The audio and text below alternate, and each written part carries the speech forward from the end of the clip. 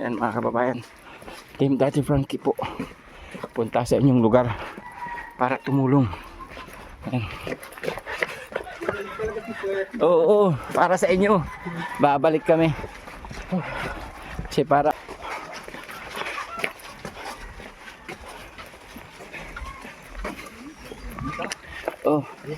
doon. Unahin natin yung doon. Dito muna tayo.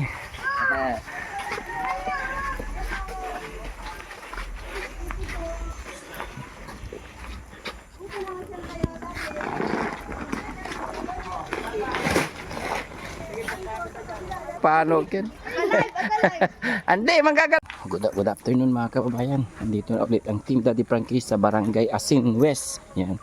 Shout out po sa lahat ng taga Barangay Asin West. Yan. Mamamagay tayo ng bigas. Yan. Nila ni Kuya Reske. Yan. Yan.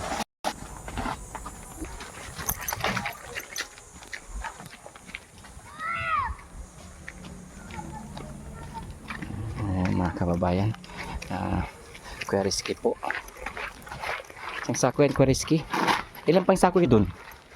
6. Meron pang 6.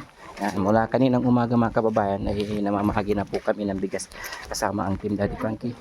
Dito po si Kuya Reske Motovlog. Yan. Mamahagi natin dito kay Wala. Yan ang kausap ni Daddy Frankie. Ulit, nagbigyan ng Team Daddy Frankie. Tagabuan natin si Kuya Reske Motovlog.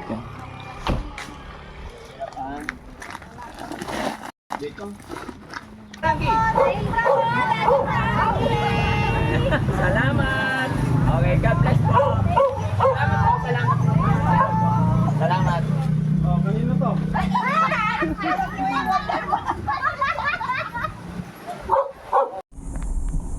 Yan, ganito ang Team Daddy Frankie mga kababayan.